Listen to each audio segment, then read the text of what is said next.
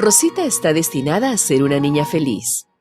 Debe nacer en un hospital público que garantice su seguridad y la de su madre.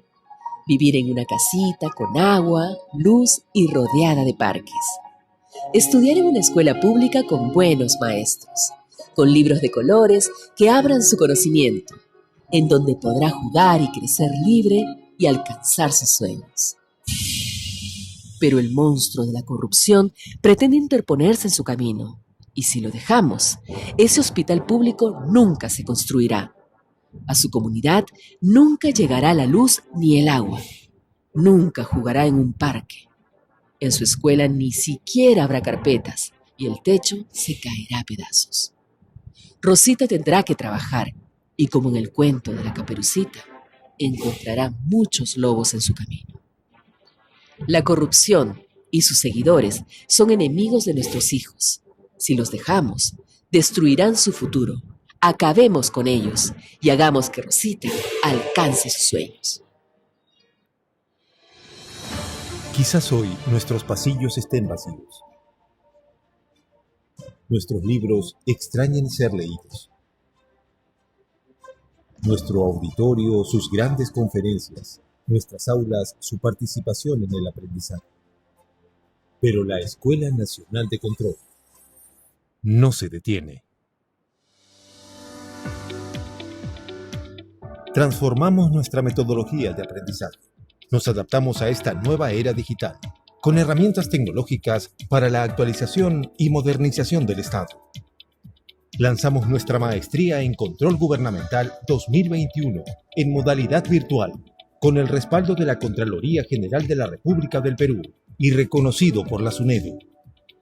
Implementamos nuestros cursos y programas MOOC, a los que podrán acceder desde cualquier dispositivo móvil, en cualquier parte del mundo, disponible las 24 horas. Capacitamos al Sistema Nacional de Control con una innovadora metodología de enseñanza para fortalecer el proceso de aprendizaje a través de aulas invertidas. Realizamos eventos virtuales de manera constante, realizando un evento virtual por día y transmitiendo conocimientos a los servidores públicos y fiscalizadores, componentes nacionales e internacionales que comparten sus experiencias y conocimientos en la gestión pública. Organizamos mesas de concertación con escuelas del Estado y la red digital con las escuelas de posgrado para la mejora de la calidad de la educación virtual, próximamente a nivel internacional. Este esfuerzo nos permite continuar con la formación de fiscalizadores, funcionarios y servidores públicos en beneficio de la ciudadanía. Seguimos adelante, renovando nuestra educación de calidad en el año del Bicentenario. Escuela Nacional de Control. Formamos creadores de valor público.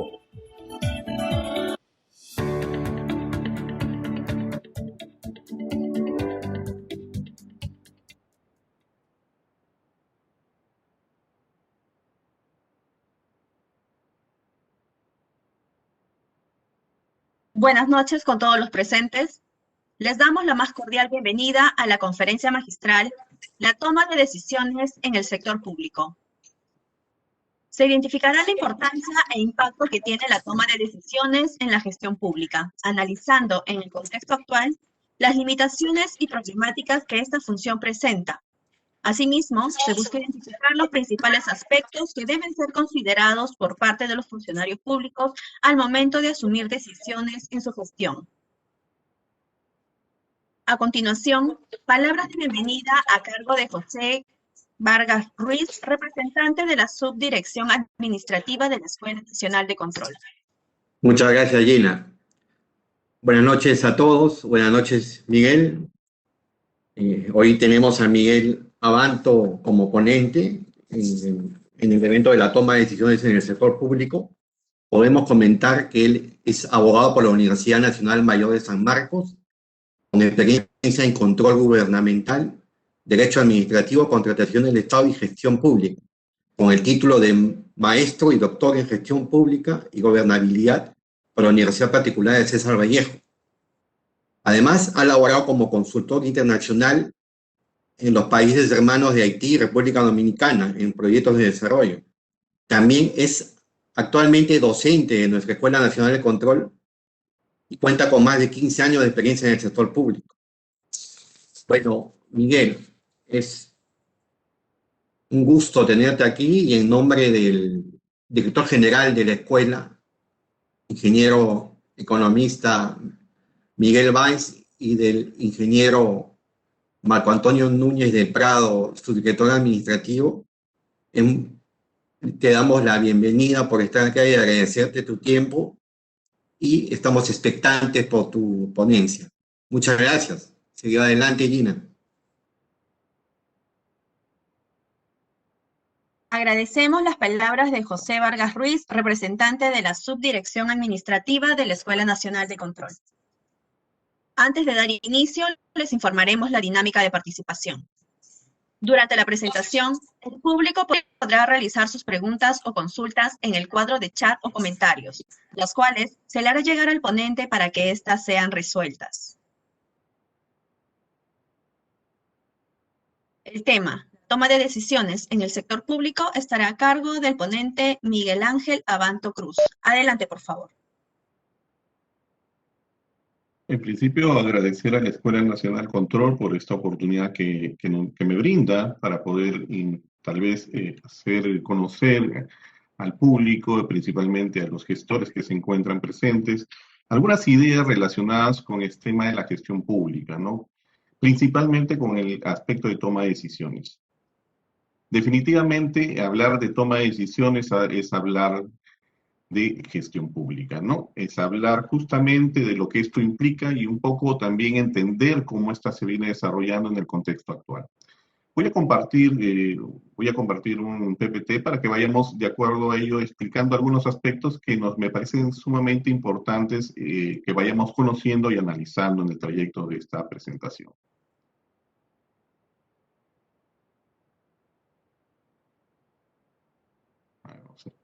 Perfecto.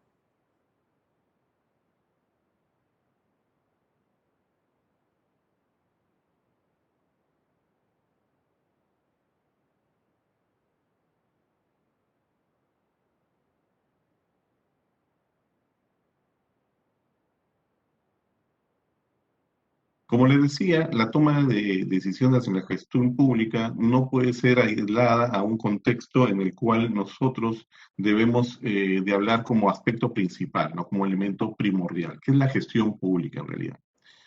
Ya la gestión pública desde hace algunos años ha venido evidenciando una serie de deficiencias y dificultades para cumplir su rol principal, ¿no? De bienestar y de servicio a favor de la ciudadanía, a favor de la comunidad. Esta problemática que enfrenta la gestión pública no es una problemática actual, sino se ha venido acrecentando con el tiempo. Y definitivamente estos aspectos lo tenemos vivenciales, ¿no? Y de algún modo la situación que nosotros a la fecha venimos padeciendo a raíz de la emergencia sanitaria ha terminado de desnudar la poca, digamos, eficiencia y calidad de nuestra gestión pública, ¿no? De problemas como el tema de estructuras inadecuadas, incorrectas, una desarticulación de los planes institucionales frente al uso del presupuesto, una deficiencia de uso de los recursos públicos, ese divorcio entre lo que las entidades realizan con el ciudadano, con la comunidad, que son su principal público, digámoslo así, hace que evidencien no solamente dificultades, sino carencias que afectan de manera inmediata y de manera directa a la comunidad, no logrando la meta y el objetivo propuesto.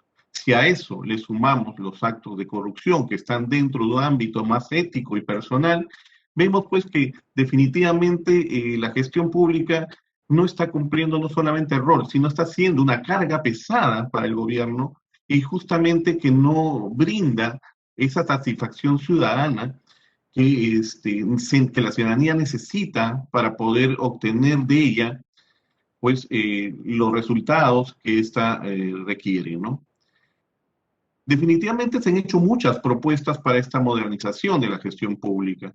Se han hecho muchas propuestas destinadas a que esta gestión mejore y se pueda encaminar de manera adecuada, ¿no? Orientándose principalmente a entender primero a qué se debe, a qué se entiende y qué es lo que se busca con gestión pública. Entonces, una visión moderna de la gestión pública es que ésta se encuentre enfocada a los resultados, ¿no? A los resultados que se deben dar dentro de esta gestión, a la búsqueda de que estos resultados sean eficientes, adecuados, oportunos, pero sobre todo algo que es importante que todavía no lo tenemos muy claro, ¿no? Que es el impacto que estos deben generar en la comunidad. A veces pensamos que solamente el hecho de gestionar se encuentra realizando determinadas acciones y cumpliendo determinadas metas institucionales, ¿no? Como una capacitación brindada a un determinado grupo de repente de empleados o de repente a la sociedad en un grupo de docentes o especialistas de una área, ¿no? Y se piensa que con haber llegado a 1000 personas ya hemos tenido un éxito en esa actividad, cuando en realidad el resultado se mide post actividad, ¿no? El impacto en realidad es lo que la ciudadanía, es cómo ese, digamos, desarrollo, esa capacitación, ese servicio que se ha brindado puede incidir de manera positiva en las metas que como institución tenemos, ¿no? Definitivamente estos aspectos son los que de algún modo no le damos mayor importancia, sin embargo son parte de esta visión nueva de la gestión pública. En ese sentido, la gestión pública moderna, digámoslo así, que busca esta apertura, este cambio sustancial, exige niveles diferentes, por ejemplo, de articulación interinstitucional.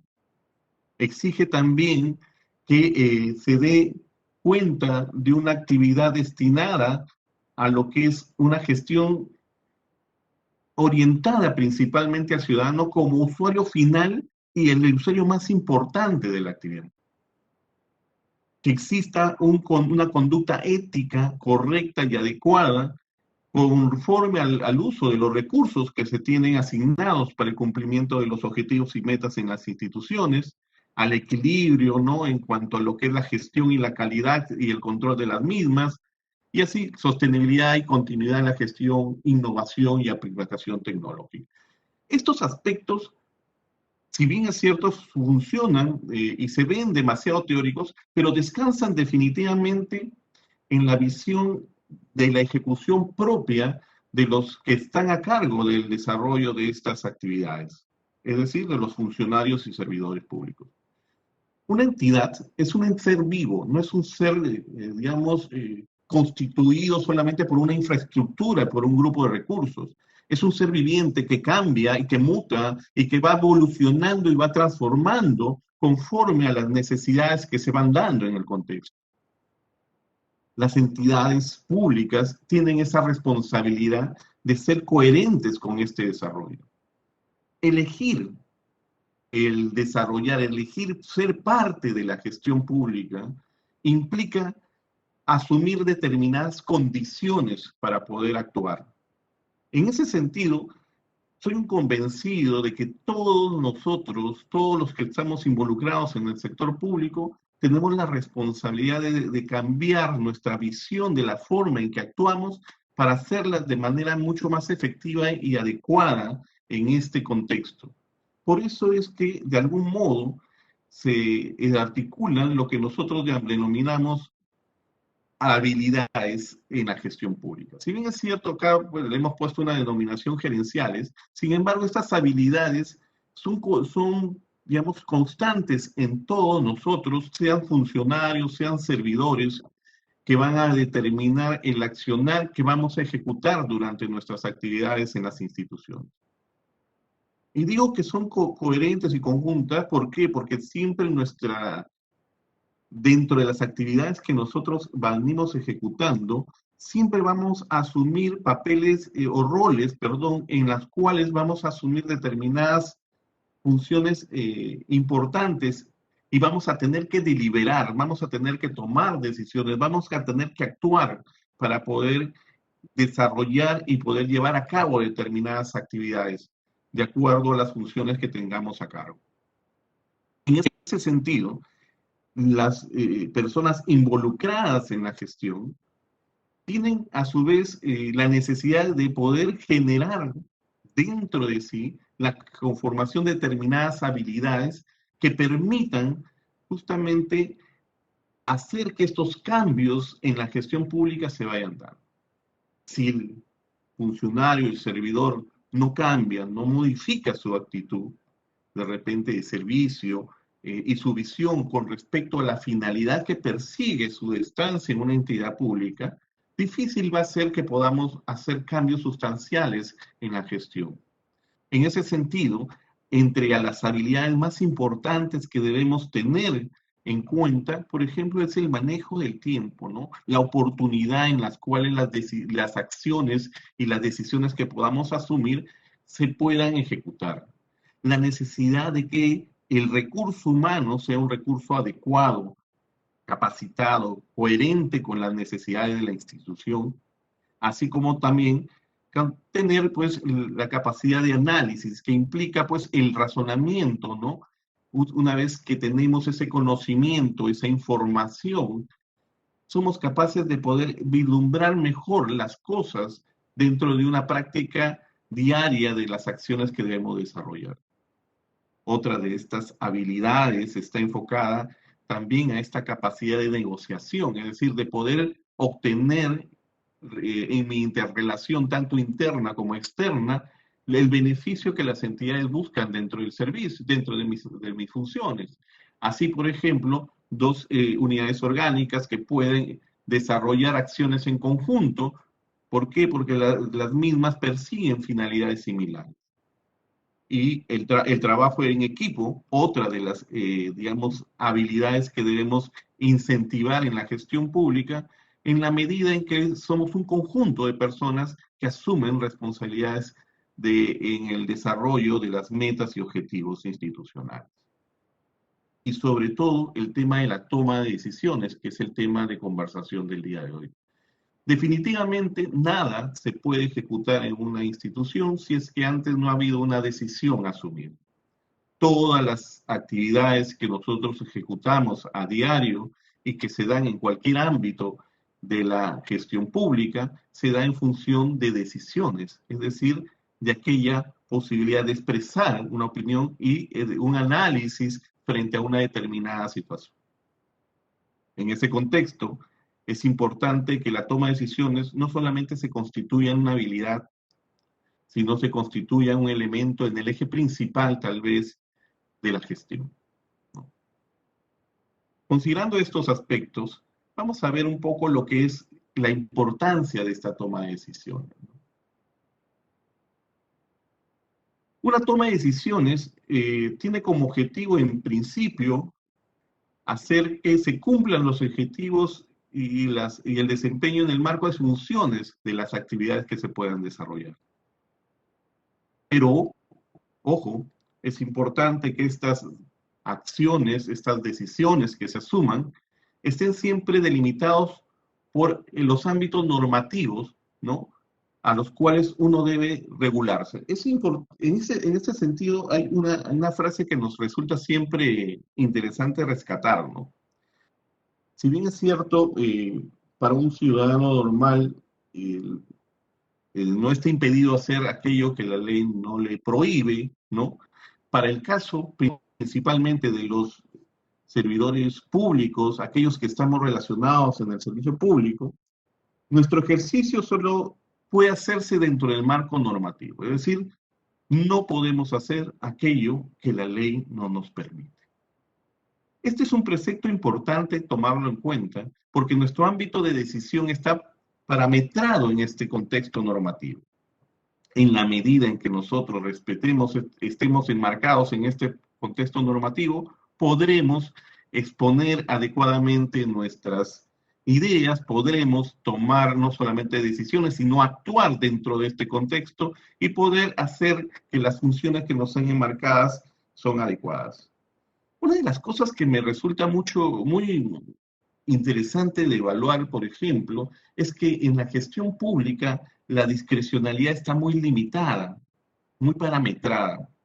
En algunos casos, tal vez por los temas de corrupción, ¿no? Si un poco uno se pone a pensar por qué está tan parametrada la capacidad discrecional del funcionario público al momento de la toma de decisiones, hay que ver también, pues, que a veces nos enfocamos a determinado contexto social, ¿no?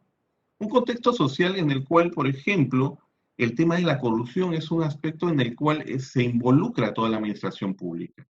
Y definitivamente es el gran flagelo, no solamente de la administración, sino lo que ella representa, de los servicios que la comunidad deja de recibir o percibir debido justamente a estos actos o a estos malos manejos. ¿Eso qué ha traído como resultado? ¿No? La cantidad de normativa que busca regular hasta el extremo, de repente, estas acciones que nosotros como funcionarios o servidores debemos ejecutar. Todo está normado. Todo lo que tenemos que hacer está regulado. Nuestro margen de acción está muy restringido aún en ese sentido. Sin embargo, a pesar de ello, a pesar de que existen normativas, a pesar de que existen regulaciones, siempre hay un ámbito, hay un pequeño espacio, una línea delgada en la cual no está regulada y podemos de repente actuar con cierta discrecionalidad. Sin embargo, estos aspectos también debemos actuar dentro de un marco importante en el cual nosotros podamos identificar cuál es la razón de ser de nuestras acciones y por qué debemos actuar de tal o cual manera y por qué debemos decidir en ese sentido, tomando en cuenta algunos aspectos que vamos a ver a continuación. Antes de pasar al desarrollo estricto de lo que es digamos, las características, el proceso de toma de decisiones que me gustaría compartir con ustedes en esta oportunidad, quisiera que nos enfoquemos un poco a entender la clasificación o los tipos de decisiones que puedan existir en este contexto, ¿no? Tenemos, por ejemplo, en este gráfico, tres tipos de decisiones, grupos de decisiones que se asumen, ¿no? Esto dentro del ámbito de la gestión pública. Aquellas que están circunscritas, digamos, al nivel jerárquico que asumen, ¿no? Estas decisiones son de tres tipos: las estratégicas, las tácticas y las operativas.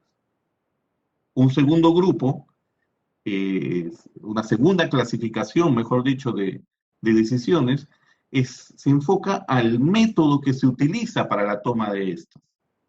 En este sentido, estas podrán ser decisiones programadas o no programadas. Y por último, unas decisiones de tipo mixtas, en las cuales se asume parte de lo que es el nivel jerárquico, también con aquellas que están relacionadas con la metodología a utilizarse.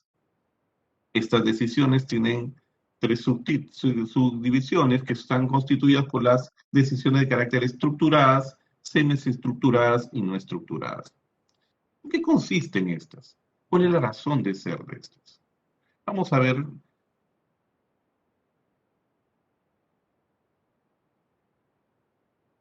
En el caso de las decisiones según el nivel jerárquico, tal como nosotros lo podemos advertir, estas están relacionadas a la posición de dependencia o jerarquía de quien decide, ¿no? Dependiendo digamos, el nivel jerárquico de la persona que va a decidir, estas pueden ser estratégicas, por ejemplo, ¿no? Son aquellas principalmente de altos funcionarios. Están relacionadas con situaciones a largo plazo. Por ejemplo, la definición de un plan operativo, digamos, una planificación estratégica, ¿no?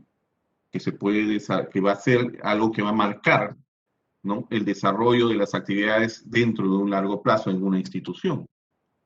La definición por ejemplo, de políticas públicas. En este contexto, nosotros, por ejemplo, estamos definiendo cómo se van a ejecutar estas acciones frente a determinada situación que irradia un ámbito de acción mucho más amplio, ¿no? Y que en su ejecución se abarca principalmente, es de ámbito nacional o abarca todo un sistema, a una entidad, por ejemplo. ¿Cuál es el punto importante aquí? Estas deben ser oportunas y de calidad. Sin embargo, cualquier error en su elaboración y en su ejecución es peligroso. Un plan estratégico elaborado no de manera adecuada, con deficiencias técnicas en su desarrollo, definitivamente impactará en la ejecución misma de lo que la entidad va a poder conseguir en el trayecto del tiempo.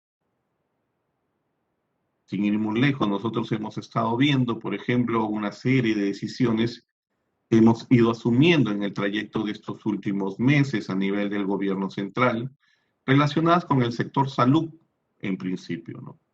Muchas de ellas han tenido justamente esta visión de largo plazo, entendida esta como todo un año de ejecución, ¿no?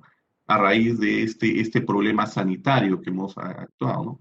Donde se ha tenido que medir a lo más mínimo para evitar justamente el riesgo que esto implica, porque es peligroso las decisiones incorrectas que se pueden ir asumiendo. Seguidamente tenemos las decisiones de carácter tácticas.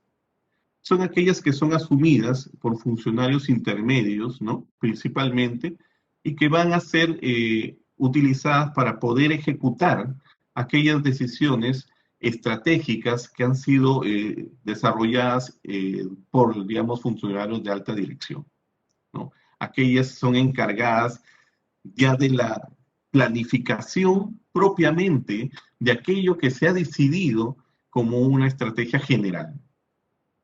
En las tácticas nosotros lo que vamos a encontrar es el cómo se van a ir ejecutando, qué acciones se van a desarrollar, y estas decisiones están propuestas a un mediano y corto plazo. Finalmente tenemos las decisiones operacionales. Son aquellas que se asumen día a día, aquellas que de algún modo se presentan en el quehacer diario y que van a ser desarrolladas con funcionarios de un menor nivel, pero que están destinadas a cumplir con las decisiones tácticas que se han tomado. Por ejemplo, en lo que es ya el desarrollo de actividades concretas, específicas, ¿no? Principalmente aquellas que están orientadas a actividades de línea, ¿no? En las instituciones públicas. También tenemos, de acuerdo a las clasificaciones que se han ido dando, otro tipo de decisiones, ¿no? Utilizando lo que se denomina el método, ¿no? La metodología. En estas se clasifican de dos maneras, en aquellas que son programadas y aquellas que no son programadas. ¿A qué se refieren cada una de estas tipos de decisiones? En principio, las programadas están circunscritas a aquellas en las cuales ya existen procedimientos establecidos de cómo desarrollarse. Es decir, el método, la estrategia de cómo ejecutarse ya está establecido. ¿Por qué? Porque son recurrentes, son constantes. No hay necesidad de evaluar el hecho para tomar una decisión individual o exclusiva. ¿Por qué? Porque el problema o la situación que merece la decisión son situaciones que se presentan de manera regular. Por ejemplo, la contratación de personal, ¿no? La necesidad de contratar personal. Yo decido, por ejemplo, contratar personal, pero ya existe todo un procedimiento que se ha de seguir a fin de que esa contratación se lleve efectiva. Por otro lado están aquellas que no programadas, aquellas en las cuales no tenemos esa capacidad de poder identificar cuándo se va a presentar una situación para decidir. Y eso lo hemos vivido hace poco, lo hemos vivido de manera, digamos, directa, todos los que trabajamos en las entidades públicas y también aún en las privadas. Por ejemplo, a raíz de este problema, esta situación de emergencia sanitaria, nos hemos tenido que virtualizar prácticamente. Por ejemplo, y las decisiones de cómo se va a desarrollar este proceso de virtualización, aún en el trabajo, en el cumplimiento de las actividades, no estaban previstas.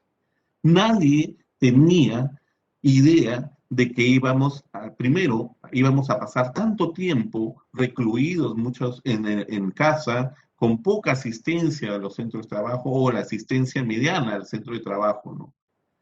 Entonces, frente a eso, el medio virtual se constituyó y se viene constituyendo una necesidad imperiosa.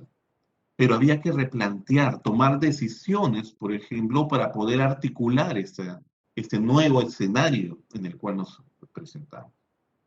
En ese sentido, estas decisiones que se asumieron de un momento a otro frente a una coyuntura, por ejemplo, especial, a estas decisiones nosotros las denominamos decisiones no programadas. Vamos entendiéndonos un poquito, ¿no? Las programadas que tienen contexto, las que son regulares, las que son comunes, y las no programadas, aquellas que de algún modo no están previstas como acciones o como decisiones inmediatas. Y por último, aquellas mixtas. Estas mixtas están relacionadas tanto como el nivel jerárquico como aquellas en las cuales el procedimiento que se aplica existe o no existe. Tenemos unas que son estructuradas, ¿no? Muchas de estas decisiones estructuradas se han dado, por ejemplo, en esta situación de virtualidad del trabajo, ¿no? No solamente el trabajo, sino la ejecución de nuestras propias actividades, ¿no? Donde, por ejemplo, de la definición de identificar cómo podíamos enfrentar el problema de poder hacer nuestro trabajo a distancia y poder cumplir con nuestras actividades y nuestras metas a distancia a través de un trabajo virtual se podían realizar, ¿no? Una vez que hemos identificado, vemos la necesidad de poder aplicar de repente ahí algún procedimiento, alguna estructura y definir ese procedimiento por aplicación permanente. Por ejemplo, un tema de los reportes. Ya teníamos la necesidad de articular un trabajo regular virtual, ¿no? Y además de eso, establecimos la necesidad, ¿no?, de un procedimiento del cómo se debería desarrollar este trabajo virtual. Ahí ya le aplicamos algo que no estaba previsto, identificamos el problema, le aplicamos un procedimiento ya estructurado para poder justamente darle la continuidad. Aquellas que son las otras decisiones que son semiestructuradas, son aquellas en las cuales la etapa, digamos, no hay mucha claridad en lo que permita y no permite hacer procedimientos. En algunos casos esto está ligado más, por ejemplo, a las funciones que nosotros debemos desarrollar, ¿no? En algunos casos nuestras funciones, por ejemplo, en el sector público, frente a esta situación de emergencia sanitaria, muchas se debían a nuestra vinculación directa con el ciudadano. Nuestra vinculación directa con el cliente, que es el ciudadano, era constante, era diaria. ¿Cómo hacer un trabajo articulado con el ciudadano si estamos en una situación de trabajo a distancia? En algunos casos se estructuraban algunas, se tomaban algunas decisiones estableciendo algunos procedimientos para poder ver cómo podíamos enfocar ese trabajo. Pero al mismo tiempo había otros momentos de la ejecución de estas actividades que resultaba imposible poderlas señalar o programar a través de un procedimiento. Por ejemplo, la atención de los ciudadanos, ¿no? A través por ejemplo, hemos visto esto en la entrega de servicio, en cumplimiento de servicio, por ejemplo, entrega de documentos de identidad. Hemos visto este problema en los mismos servicios de salud, cómo se han ido presentando, en los cuales se asumía inicialmente a la población a brindarles servicios de salud exclusivamente para el tema de COVID, ¿no? Dejando de lado, por ejemplo, lo que era mejor dicho, en otro lado o en otro sector, las atenciones para lo que eran ciudadanos con enfermedades o padecimientos diferentes. Progresivamente, esto ha roto, por ejemplo, los esquemas de poderles brindar un servicio oportuno. Ahora tenemos limitaciones en poder siquiera brindar atención a aquellos ciudadanos que tienen padecimientos diferentes que no sea el COVID, porque el COVID ha roto la cobertura que podíamos brindar. Los tipos de atención que se brindan no son regulares, se están replanteando progresivamente. ahí estamos en decisiones semiestructuradas, porque de un momento a otro estos van asumiendo cambios conforme se van dando las circunstancias que van generando el impacto en el grupo al cual va dirigida la decisión. Y por último, lo que son las decisiones no estructuradas, aquellas que se toman dependiendo de cómo se vayan dando las condiciones que se presentan, ¿no?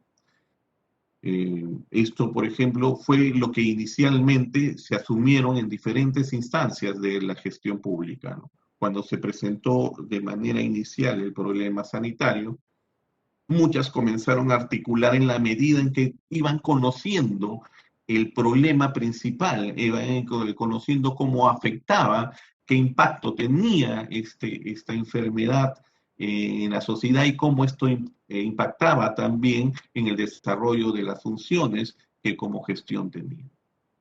Entonces, se vivió un momento, digamos, de caos, tomando decisiones que solamente cubrían el momento, digamos, en el cual se presentaba el problema y de manera puntual al escenario problemático. Esto, si bien es cierto, es un poco teórico, todo este tema del tipo de decisiones, sin embargo, nos permite entender cómo a través de una serie de situaciones que la misma gestión pública puede ir enfrentando, puede ir articulando una serie de decisiones que permitan, a su vez, también entender cómo puede hacer frente a ellas, ¿no? Y qué metodologías o qué, digamos, posibilidades de acción tiene. Ya hemos visto un poco lo que es el tema de las características de estas decisiones, los tipos de decisiones que hay, y ahora lo que vamos a pasar es un poco a ver cómo es el proceso, cómo es el proceso de toma de decisiones, ¿no?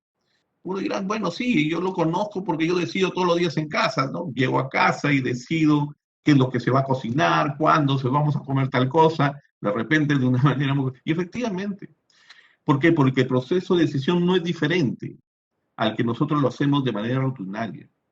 La diferencia es que el parámetro de acción en el cual yo tengo que basarme para el análisis sí es distinto, pero las etapas son prácticamente las mismas. Y vamos a verlas a continuación justamente para poder entender cómo está este proceso de toma de decisiones. Primero lo que hacemos es definir el problema. ¿Qué cosa es definir el problema? Es entender de qué tipo de situación se presenta, ¿no? ¿Qué cosa es lo que quiero resolver? Por ejemplo, en una entidad existe de repente, el problema es de que no tengo la posibilidad de que se procese información, ¿no? Oportunamente y se me van acumulando los expedientes, por ejemplo. ¿Es un problema? ¿No es un problema? Claro, es un problema. ¿Por qué? Porque carezco de repente de recursos humanos adecuados para poder dar esa atención. El problema es que los expedientes se me siguen ahí acumulando y no se procesan, no se sistematizan, en pocas palabras. Ese es el problema. Hago mi análisis completo, interno y externo, y busco cuál es el origen fundamental del problema. El origen del problema aquí es la imposibilidad de poder sistematizar los expedientes. Eso es lo primero que yo debo hacer. Lo segundo está llamado a comprender o analizar el problema. ¿Qué cosa es? Comprender las actividades de selección, recibir, organización, es desarrollo y pelea, todos los datos disponibles acerca del problema. Aquí lo que yo hago es tratar de entender el problema. Ya sé que existe un problema, pero ¿por qué se da ese problema? ¿A qué se debe? ¿Cuál es la situación que afecta o que permite que se acumulen los expedientes en la oficina o en el sector? Estoy poniendo un ejemplo muy simple para poderlo, para que lo podamos entender, y de ahí esto lo podemos dimensionar a otros estratos mucho más, digamos, más complejos, ¿no? Aquí, por ejemplo, lo que nosotros debemos entender es de que aquí comenzamos a analizar el problema tomando información de diferentes ámbitos, ¿no? Tomando información de diferentes etapas a fin de poder visualizar efectivamente de qué tipo de problema estamos hablando. Aquí la información resulta siendo importante y siendo vital. Una vez que ya entendí no solamente el problema, sino la información, es decir, por qué se está dando y analizo las circunstancias que están afectando, cómo esto está impactando de repente en mi desarrollo, en el cumplimiento de mis actividades, cómo esto está impactando también no solamente de mis actividades a título personal, sino a nivel de mi unidad orgánica, y cómo esto impacta tal vez afuera, dentro de lo que es el cumplimiento de las metas de la institución. Entonces entiendo que el problema tiene digamos, una influencia mucho mayor de la que yo podría haber pensado. O de repente puede ser una situación muy práctica que solamente impacta a nivel de mi unidad orgánica o me impacta de manera individual, ¿no? Se me complica a mí, pero no necesariamente está afectando otras actividades principales de mi unidad.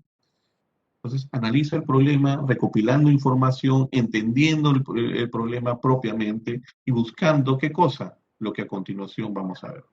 ¿Qué cosa es? El análisis del entorno, la visualización del entorno social. Cuando hablamos del entorno social, estamos hablando de lo que es qué tipo de decisión y cómo va a impactar la decisión que yo asuma. Decíamos hace un momento que en la oficina se presenta una cantidad de expedientes que desean ser sistematizados y que estos van creciendo y que esto va afectando la posibilidad de repente brindar los reportes de manera oportuna. Y esto no solamente genera un atraso en mi unidad orgánica, sino esto que impacta. Ya hemos identificado el problema, hemos hecho el análisis del mismo, viendo la información que se va a poder que está relacionada al problema, y aquí, por ejemplo, cómo las decisiones que yo pueda asumir para poder resolver este problema van a impactar. Es decir, si yo tomo una decisión en el aspecto de poder brindar una solución a este problema, realmente estaré resolviendo, además del problema mismo, otros aspectos adicionales, o solamente se va a centrar digamos, en lo que se presenta a nivel de mi unidad orgánica. Aquí, por ejemplo, lo que tenemos que tener en cuenta también es si esta situación está impactando y cómo está impactando de repente en la ciudadanía, en el aspecto externo, ¿no? Porque a veces, por ejemplo, en este caso que le poníamos de los expedientes, tal vez estos expedientes sean necesarios para poder brindar y dar trámite a una serie de requerimientos por parte del ciudadano. Y mi retraso está afectando justamente la entrega de una serie de información al ciudadano o que tramite adecuada y oportunamente sus pedidos. En este contexto, nosotros tenemos que comenzar a entender que el problema no solamente está visualizado a afectarnos de manera interna, sino también que existe una afectación de manera externa al servicio que yo puedo brindar. Aquí un poco lo que estamos haciendo referencia a lo que se denomina en la gestión pública el valor público, ¿no? El valor de la actividad que estoy desarrollando. Se está afectando el valor público que yo vengo a ejecutar.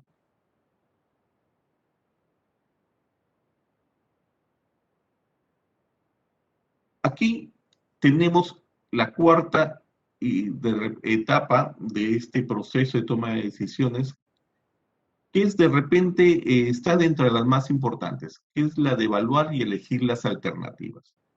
Ya tomando en cuenta todo este análisis previo, no solamente del problema sí que he identificado, sino cómo esto está impactando de manera inmediata en mis acciones, en mi valor público que genero, cómo esto impacta de repente en mis relaciones con otras unidades orgánicas y con el cumplimiento de mis metas y tal vez las metas de la institución, comienzo a identificar qué alternativas sumar.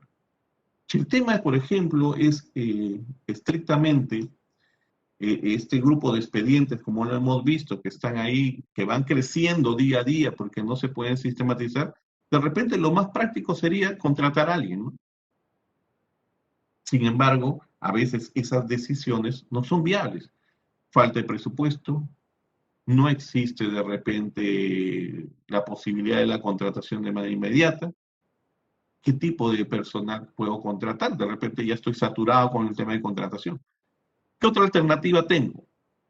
De repente puedo, ¿no?, pedir el apoyo de otra unidad orgánica a fin de que me brinde personal para poder sistematizar esa información. Puedo permutar el personal que tengo en el área con otra. Puedo capacitar a mi personal para que pueda ejecutar esa actividad. Tal vez el problema no sea tampoco del personal. Tal vez el problema es porque no tengo los equipos necesarios para poder dar el procesamiento a esa información.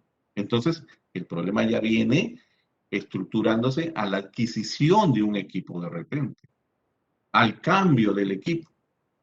Aquí en esta etapa, yo comienzo a evaluar todas las estrategias o alternativas que puedo utilizar para dar solución al problema. Y estas alternativas surgen justo como consecuencia de las primeras 3 etapas de este proceso de toma de decisiones. Identifiqué el problema, me informé, medí su impacto. Una vez que ya hice todo, generé mi alternativa. Y tengo que elegir entre ellas la más adecuada.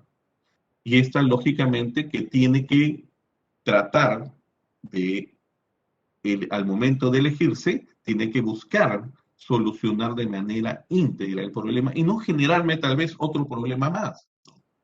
¿Por qué? Porque si yo me voy, por ejemplo, por un tema de contratación, de repente, aquí usualmente hay muchas acciones que los funcionarios y servidores tenemos hay que tomar en cuenta la calidad de quien va a contratarse, la oportunidad de su contratación. Tal vez no sea oportuno, tal vez no llegue porque el presupuesto tampoco no existe. Si es la compra de una computadora, idem situación.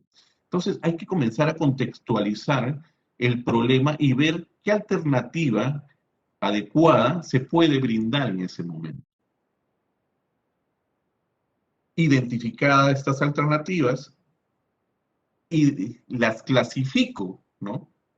Las clasifico en un orden de prioridad, entendiendo la primera como aquella que resulta siendo la más viable o la más adecuada para dar solución al problema. Y de acuerdo a ello, opto por hacerla efectiva, ¿no? Entonces, la última etapa de este proceso de toma de decisiones será justamente la aplicación de la decisión. Pero en la aplicación de la decisión, como decíamos, no es solamente aplicarla. A veces creemos que solamente una vez que decidimos y definimos la aplicación de nuestra decisión, es, digamos, el momento final de esta toma de decisiones o de este proceso de toma de decisiones. No, a esta decisión debemos entender de que debe incorporarse en el momento y con la calidad adecuada, ¿no? Porque no necesariamente es prioritario determinar una acción o decidir una acción cuando la situación de repente no puede ser resuelta y no hemos evaluado adecuadamente las alternativas y decidimos por una alternativa que no va a brindar una solución oportuna, adecuada en su momento.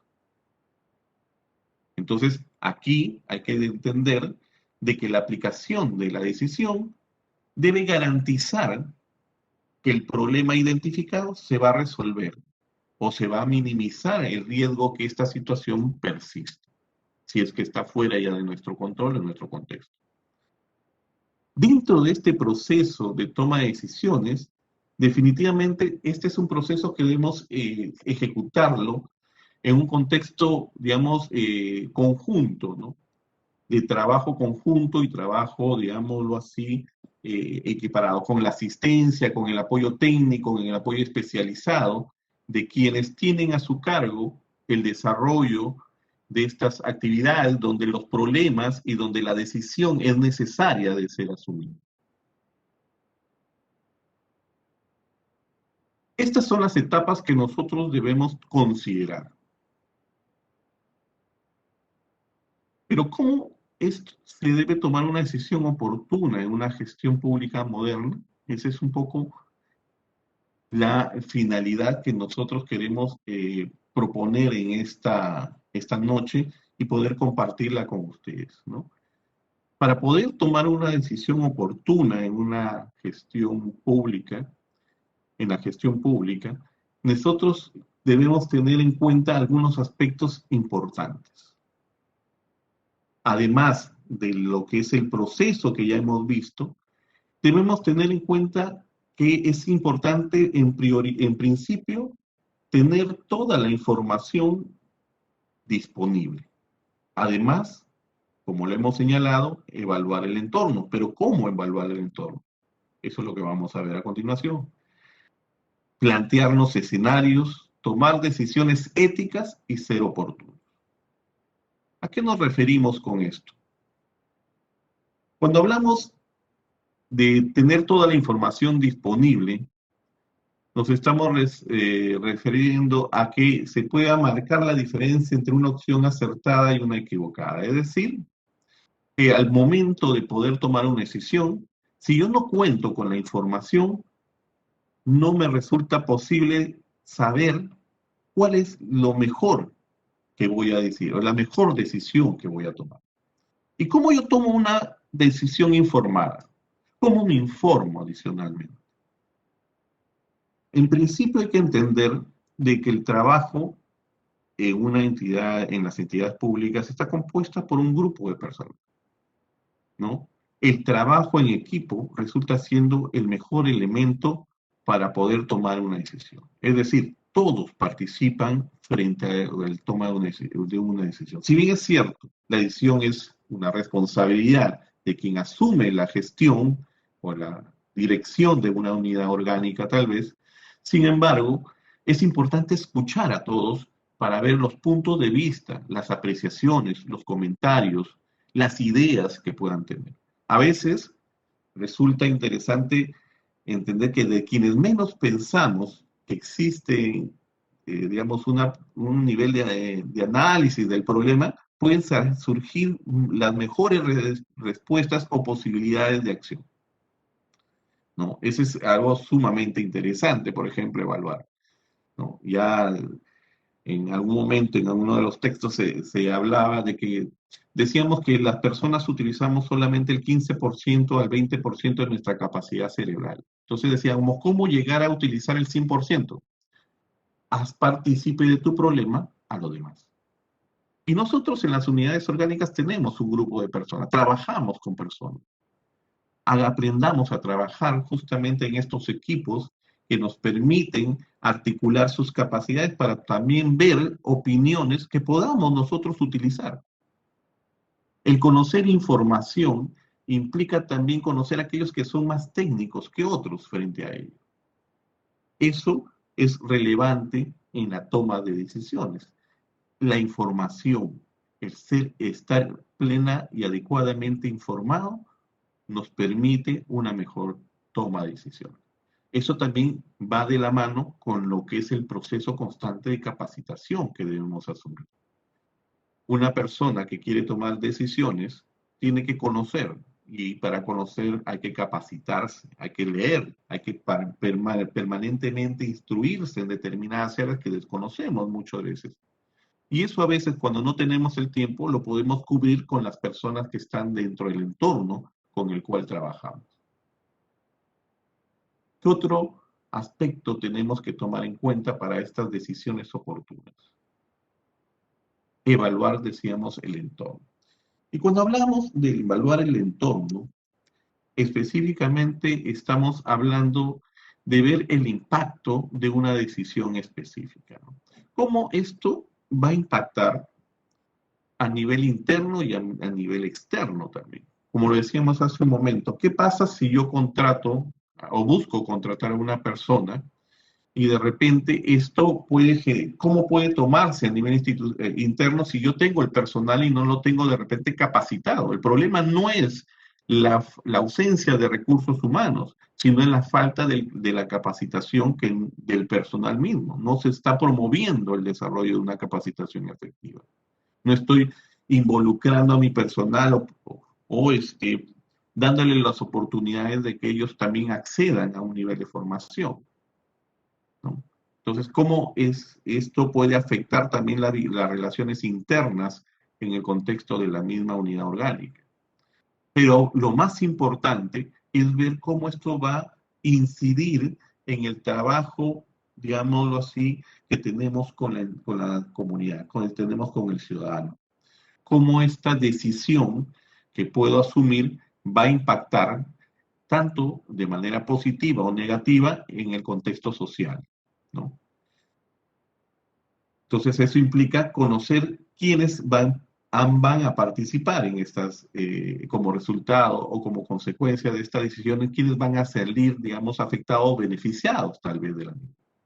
El decidir, por ejemplo, poner una oficina de trámites en una determinada, de repente una oficina descentralizada que coloco con la finalidad de hacer trámites y favorecer a la población en un lugar donde existe gran población pero no existen niveles de seguridad, podría afectar la continuidad, por ejemplo, del servicio en la medida en que al carecer de seguridad, el área, me refiero al sector donde está ubicada esta oficina, donde se ha decidido colocar, podría ser de que afecte el servicio mismo y al final me termina siendo un problema más que una solución, ¿no? Entonces, y vemos que la expectativa que se había generado hacia esa ciudadanía acercando el servicio termina siendo contraproducente porque se genera un impacto negativo con la población. Entonces, es un poco evaluar, por ejemplo, cómo en contextos como el actual, a veces las decisiones del gobierno se sienten como aspectos negativos, ¿no? Ahora vemos, por ejemplo, que los aspectos de cuarentena, distanciamiento, son asumidos por grupos de repente porque sienten que se está afectando otras cosas más, ¿no? Esa libertad, por ejemplo, de comercio, esa la libertad de trabajo, esa imposibilidad de poder gestionar adecuadamente actividades económicas, tal vez porque no existe un nivel de acercamiento o análisis, de repente porque no hay interlocutores válidos que puedan, pues, garantizar una comunicación efectiva y eficiente con este grupo social para que puedan entenderse, porque no hay una política tal vez de poder ayudarlos y a una ubicación más coherente y adecuada. Existen muchos aspectos que deben ser materia de evaluación para la toma de una decisión. Como digo, evaluar el entorno implica evaluar el impacto que la decisión que yo vaya a asumir se vaya a tomar a nivel social, ¿no? Otro aspecto en estas decisiones de la gestión moderna es el plantearnos escenarios. ¿Qué cosa es plantearnos escenarios? Implica las posibilidades que se pueden dar como resultado de las decisiones que se asuman.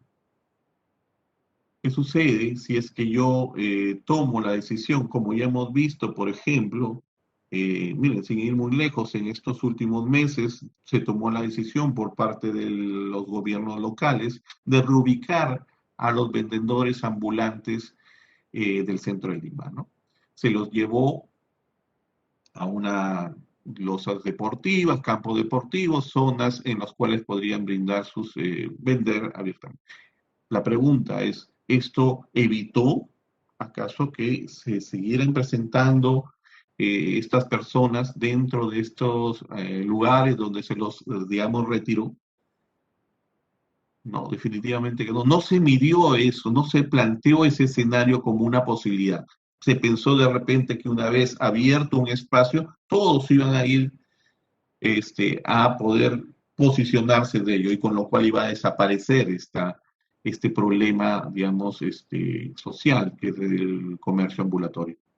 No sucedió, porque no nos planteamos más escenarios.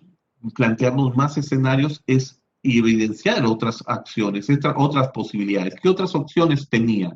De repente articularlos en el mismo lugar, pero de una manera más distanciada, generar espacios o no sé, que permitan dentro de ese ámbito donde ellos venían desarrollando sus actividades, poder brindar un espacio mucho más adecuado, mucho más con cumplimiento de algunas de las estrategias sanitarias que pudieran facilitar el desarrollo de sus actividades sin que esto pudiera generar de repente un impacto negativo o poner en riesgo a la población. Escenarios. El escenario es ver de diferentes lugares cómo puedo solucionar el problema, cómo las estrategias o las alternativas que yo puedo identificar van a impactar en la sociedad, ¿no? Y decimos escenarios como cuando uno se sienta, va al cine, ¿no? Una cosa es mirarlo de un lado derecho, otra cosa es mirar del lado izquierdo, otra vez mirarlo del frente. Cada uno tiene una forma de poder entender el problema de manera distinta y poder ver qué es lo que puede suceder en cada uno de estos contextos.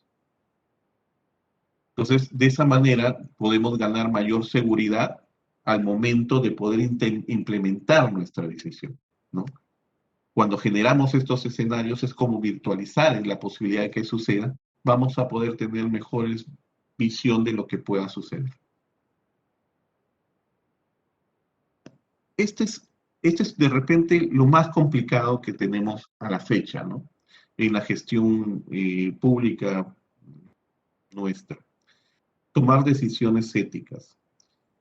Y no solamente estamos hablando de decisiones éticas en el entendido de que deben adecuarse a lo que la ley prevé, sino a no buscar, por ejemplo, a no ser influenciables, ni de manera externa ni de manera interna. Influenciables, ¿por qué? Porque de algún modo, por ejemplo, si yo voy a contratar un personal y ya tengo esa necesidad, no falta quien por ahí se acerque y le diga, mira, ¿sabes qué? Yo te recomiendo a fulanito.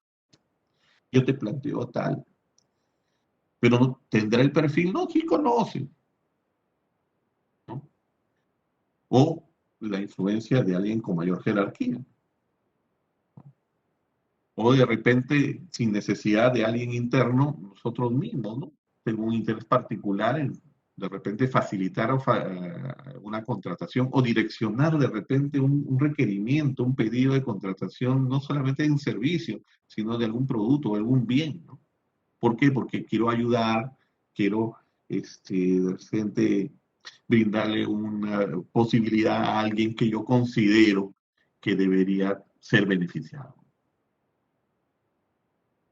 Estas decisiones, a veces, que son muchas veces personales y que son personales y que están influenciadas por algún factor externo, tienen muchas consecuencias duras, digámoslo así, ¿no?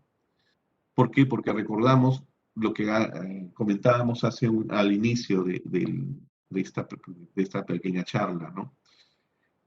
Nosotros como servidores y funcionarios públicos, nuestro nivel de acción y trabajo está parametrado en función de lo que la ley nos señala. Cualquier acción que realicemos, digamos, diferente a la que nosotros estamos señalando, a la que se nos está permitido actuar, ya no solamente es una irregularidad, sino muchas veces es un ilícito. Y ahí, por ejemplo, la justicia, ahí las leyes, son las que se encargan de perseguir y sancionar. Y somos pasibles de esa situación. Definitivamente, cuando hablamos de lo ético, estamos hablando del tema de corrupción. Y es algo que tenemos que tratar de evitar, ¿no? Tratar de evitar porque no veo otra forma en el momento actual. La corrupción es algo que está enquistado, ¿no? No va a poder, creo, solucionarse honestamente, con medidas coercitivas que lo que buscan es sencillamente generar temor, ¿no? Es un tema que está enquistado en la cabeza de nosotros. Y mientras no se haga un cambio generacional con una visión diferente de servicio, donde no haya empatía social, mientras no exista esto, va a ser difícil. Entonces, a pesar de las normas, a pesar de las leyes, se sigue dando, es porque sencillamente esta situación es difícil de controlar. Aquí hay muchos llamados a tener que asumir niveles de control, como la propia sociedad, para poder también estar como ojos visores de lo que las decisiones que asumen los funcionarios en la gestión pública. Y por último, lo que es la oportunidad. La oportunidad no es ni antes ni después, es en el momento. ¿Eso qué cosa quiere decir? Quiere decir que una decisión no puede aplicarse de manera tardía, debe ser cuando es necesaria. ¿Y cuándo es necesaria? Cuando yo, de acuerdo al análisis que he efectuado, va a responder, va a ser mucho más efectiva. Es como un medicamento, como lo que nos dicen ahora, ¿no? Cuando dicen por la enfermedad, ¿no? Dicen, ustedes si toman estos medicamentos que son para otro tipo de enfermedades, en vez de solucionarlos, puede agravarse su situación.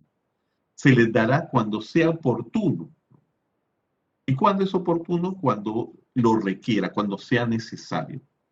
Una buena decisión aplicada en el momento oportuno va a poder brindar una solución efectiva.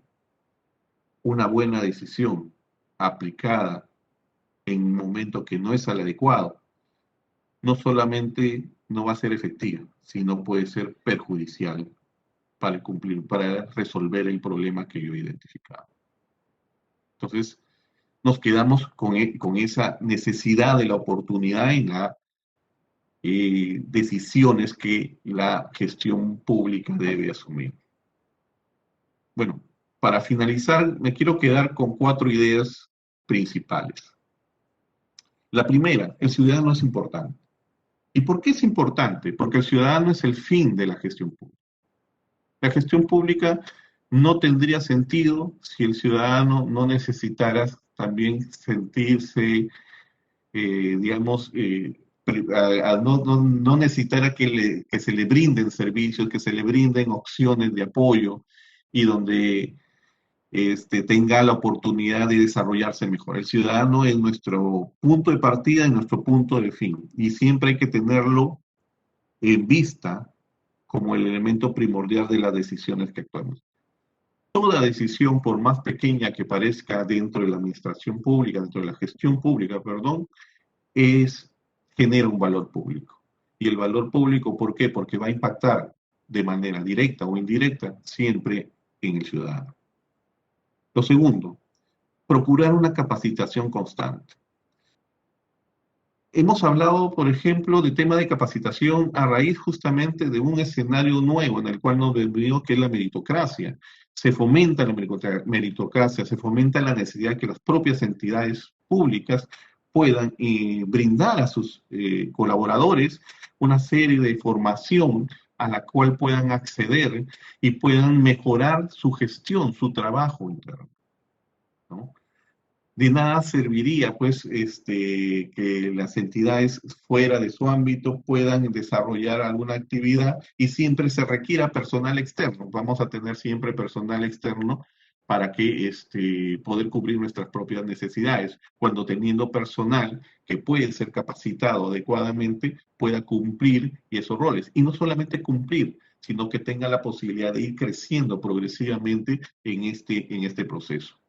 Además, también recordemos que las decisiones de gestión, la gestión en realidad, los gestores principales, que son los funcionarios, los que toman las decisiones, son el primer elemento de formativo en una entidad. No puede haber un jefe, no puede haber un gerente, un subgerente, un encargado, un jefe de área que no sea capaz de generar competencias y capacidades en sus subordinados. ¿Por qué? Porque ellos tarde o temprano van a tener que asumir decisiones, van a tener que tomar algún tipo de acción, van a tener de repente la posibilidad de sustituir a alguno de ellos. Entonces, tienen que tener esa capacidad, tienen que aprender a hacer gestión. Entonces, somos responsables, hay una corresponsabilidad en ese sentido para procurar una capacitación constante. No solamente a nivel interno, sino a nivel también de nuestras propias acciones. El tercer elemento, valorar el trabajo en equipo. Como les decía, la importancia de una actividad en una entidad no está solamente ligada al trabajo individual, es prioritario que todos pensemos en cómo podemos gestionar adecuadamente con los recursos que tenemos las actividades cuya responsabilidad debemos realizar. El trabajo del equipo termina siendo un valor importante en la gestión pública que permite socializar nuestras ideas, permite que tengamos una sola mirada hacia lo que vamos llegando. La visión y misión institucionales no son elementos solamente decorativos que están en una pared, deben ser parte de nuestro quehacer constante y eso implica pues que el trabajo del equipo también existe una comunicación fluida. Entonces, el trabajo en equipo resulta siendo una herramienta necesaria en la gestión. Y por último, procurar el impacto público. Cuando hablamos del impacto público, como le decía, no basta en dar capacitación a 1000 profesores tal vez, ¿no? Quiero ver cómo estos alumnos, producto de esos profesores a quienes capacité, fueron adecuadamente instruidos. Cómo esto ha generado un cambio en su vida y un cambio en la sociedad. El impacto no se mide de manera inmediata, el impacto siempre se mide a mediano y largo plazo principalmente. Pero siempre debemos procurar que nuestras decisiones estén buscando generar un impacto social que viva o que transite mucho más allá de lo que nosotros tal vez podamos estar en una misma institución, ¿no? Bueno, señores, les agradezco mucho esta oportunidad, esta noche que nos han dado, o me han dado, perdón, para poder compartir con ustedes algunas ideas, algunas propuestas que hemos manejado en esta noche, y sobre todo a la escuela por la oportunidad también de brindarnos este espacio de conversación. A continuación, bueno, que vamos a esperar algunas preguntas o comentarios que ustedes quieran realizar. Gracias. Agradecemos a Miguel Ángel Abanto Cruz por esta conferencia y por su interesante participación. A continuación, pasaremos a las preguntas del público. El problema de la toma de decisiones radica en el diseño de las políticas públicas de cada entidad a nivel de gobierno central, regional y local. Yo diría que no radica a nivel de una entidad, radica en cómo entendemos lo que es la gestión pública, independientemente de la entidad donde estemos. Las políticas pueden ser muy buenas, pueden ser establecidas como políticas muy efectivas. El tema es cómo estas se terminan desarrollando y se terminan, digamos, ejecutando en la práctica, ¿no? La decisión justamente de cómo se va a desarrollar es aquella en donde de repente existen estos elementos que van a poner en riesgo en riesgo que esta política tenga efectividad o no.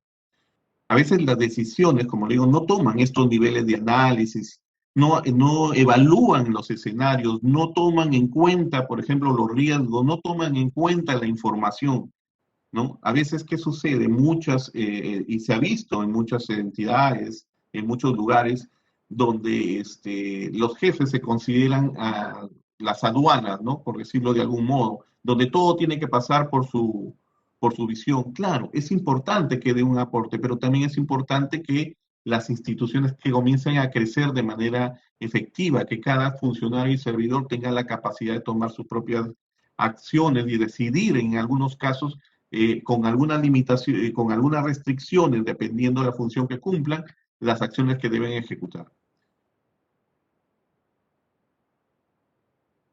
En su opinión, ¿qué decisión se tomaría ahora que el Congreso derogó la ley CAS y se necesita contar con personal?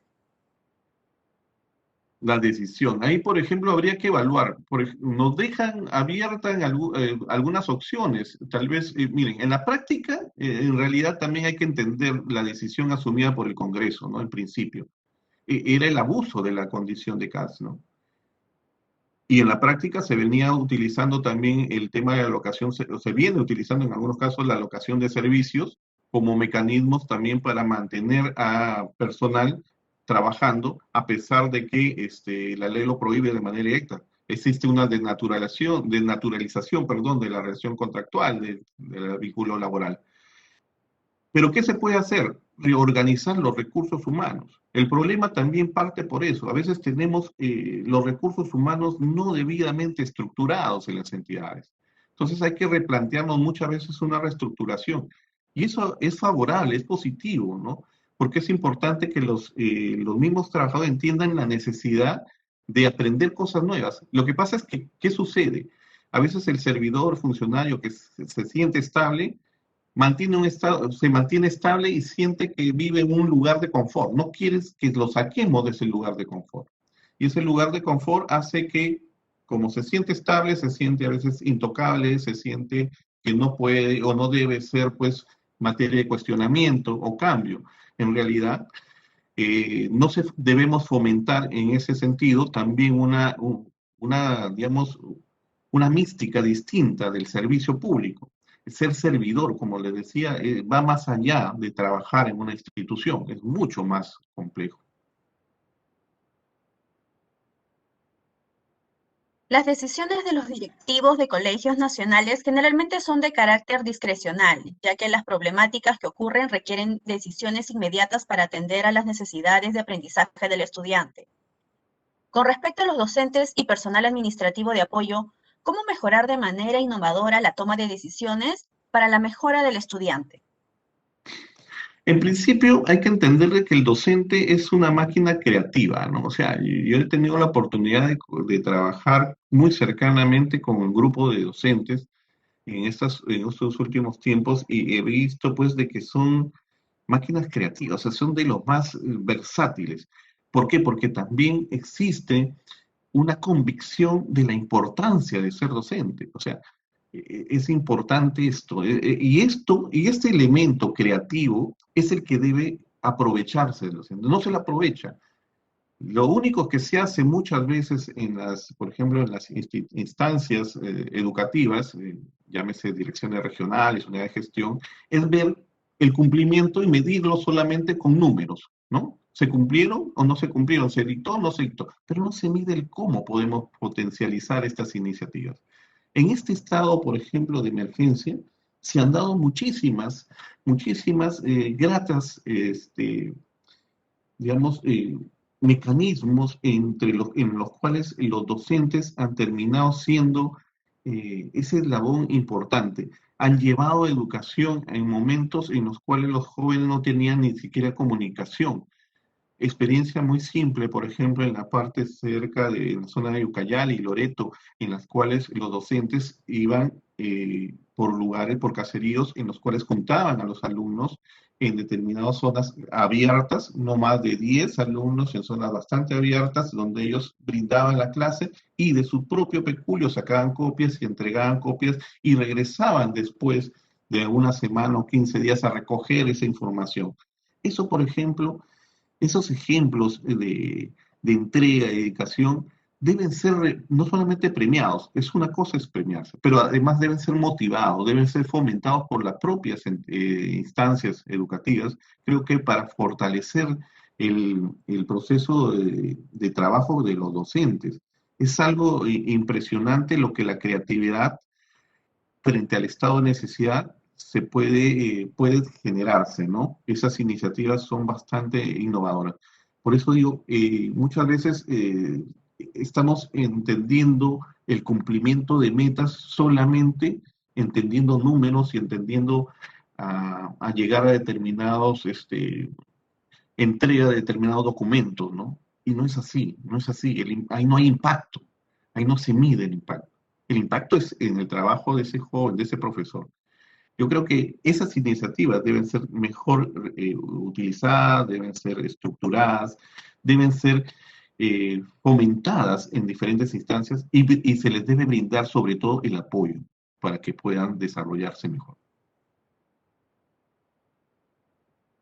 ¿Qué criterios o parámetros debió tomar el gobierno para poder tomar una mejor decisión y contrarrestar las consecuencias que viene afectando al país a raíz de la emergencia sanitaria del COVID-19? Difícil porque estamos en un escenario no estructurado, o sea, no tenemos una situación pues lineal. El COVID no se mueve en una sola dirección, no se mueve con un solo diagnóstico. Recordaremos nada más al principio, cuando comenzamos el año pasado, en marzo, y decíamos que una tos seca y signo de fiebre eran los principales síntomas, después un ardor de garganta, después dijeron que no era solamente eso, decía que se perdía el sabor y el olfato, después dijeron que no solamente era eso, que podría también traer consecuencias con temas estomacales.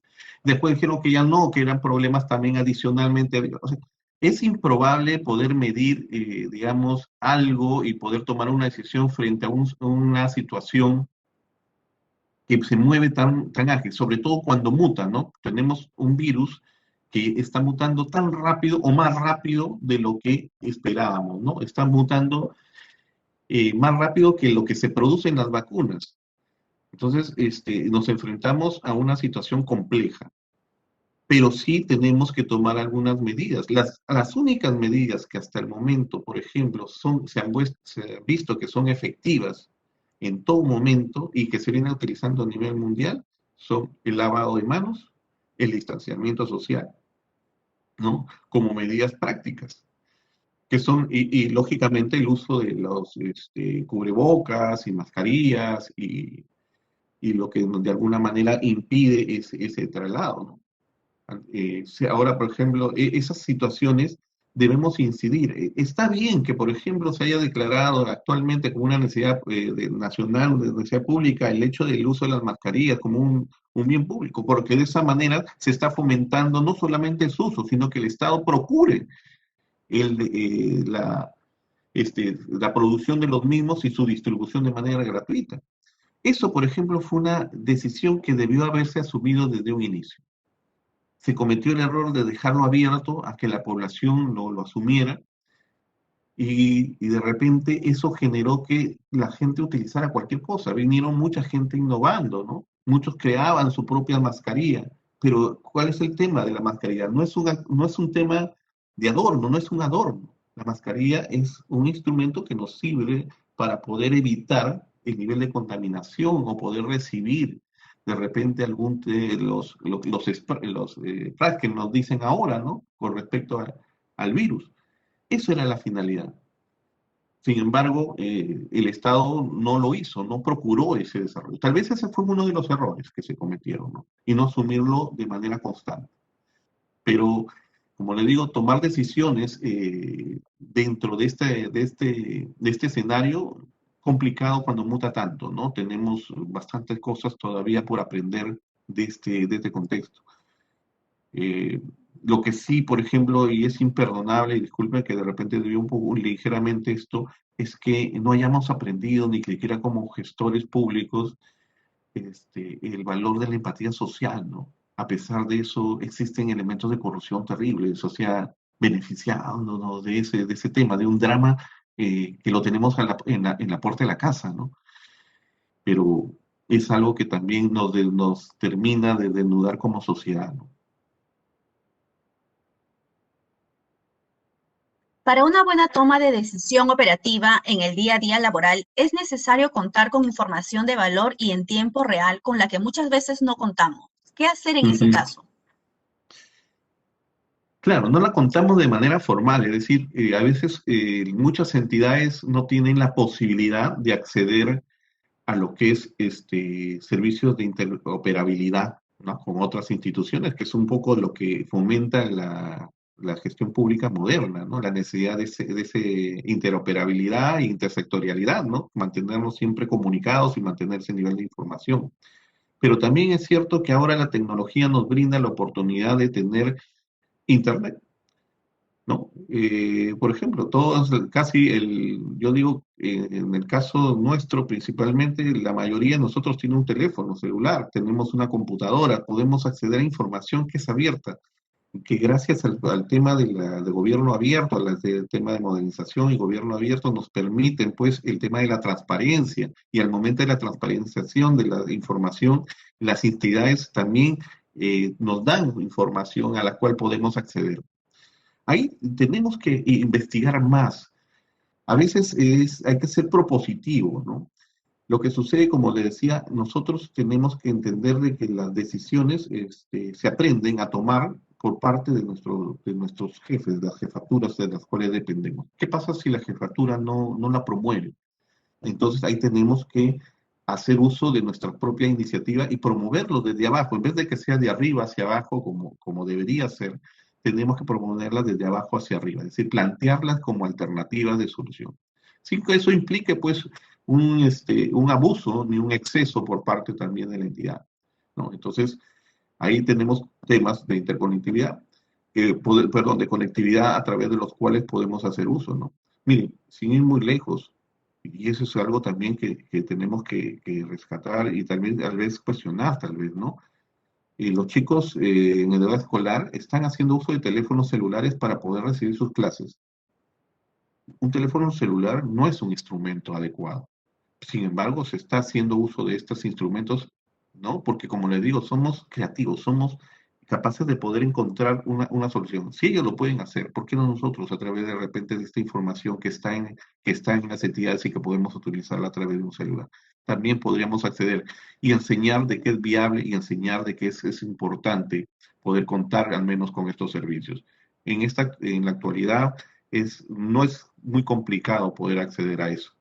Entonces, tomar decisiones en ese sentido podría ayudarnos mejor a mantenernos un nivel de información mucho más clara. Eso es por un lado. Y por otro lado, compartir, como le dice, trabajo en equipo.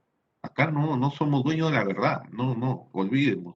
El que diga que es dueño de la verdad es el que está más equivocado de todos.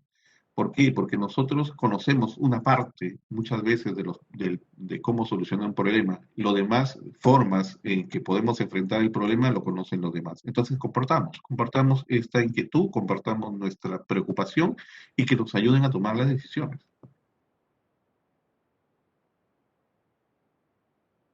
Finalmente, ¿por qué la toma de decisiones éticas y los errores en las mismas pueden llevar al funcionario público incluso ante la justicia?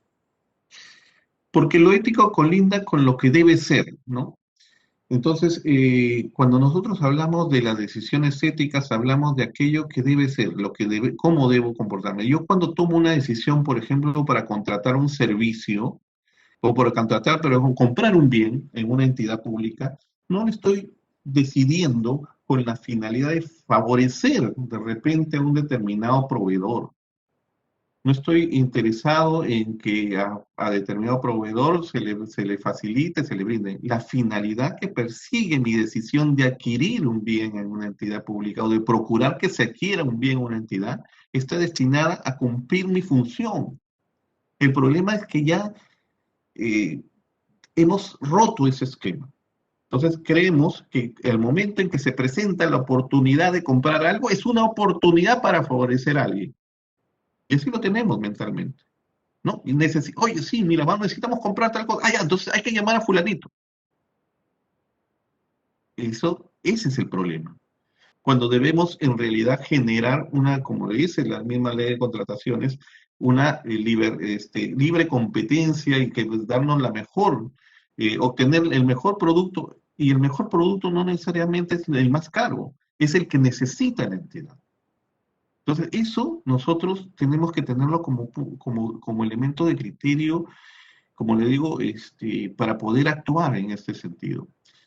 Como le decía, la visión de servidor público no se entiende, ¿no? No se hace carne en los funcionarios, en los servidores que estamos en la gestión.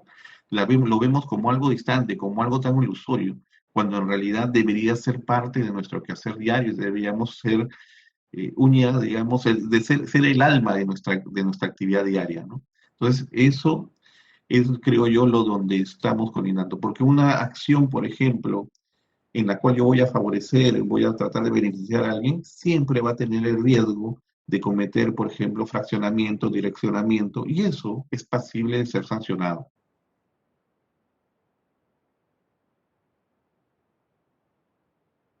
Queremos agradecer la participación de Miguel Ángel Abanto Cruz y felicitarlo por la dedicación y el tiempo ofrecido para el beneficio de los funcionarios y servidores públicos, así como de la ciudadanía en general. Muchas gracias.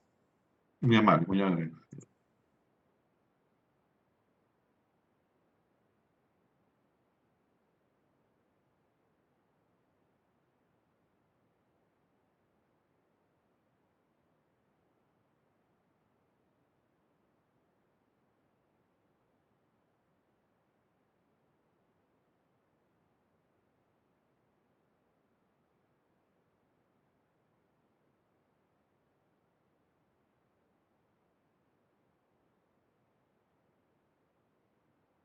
Los invitamos a participar del webinario Controle la pandemia de la COVID-19, cuya ponencia estará a cargo del economista Nelson Chac Yalta, Contralor General de la República y presidente de la OLACEF. Asimismo, tendremos como panelistas a Midori de Javish, al doctor Elmer Huerta y a Marco Loret de Mola. El webinario se llevará a cabo el próximo jueves 29 a las 6 de la tarde. Las inscripciones se encuentran abiertas en nuestra página web. Se les recuerda que para acceder a las constancias de participación electrónica deben de cumplir con las condiciones de participación. De ser así, estas serán enviadas a los correos electrónicos registrados en un lapso de 25 días hábiles posteriores a la realización del evento. Asimismo, los invitamos a seguir a la Escuela Nacional de Control y a la Contraloría General de la República a través de sus redes sociales y portal web.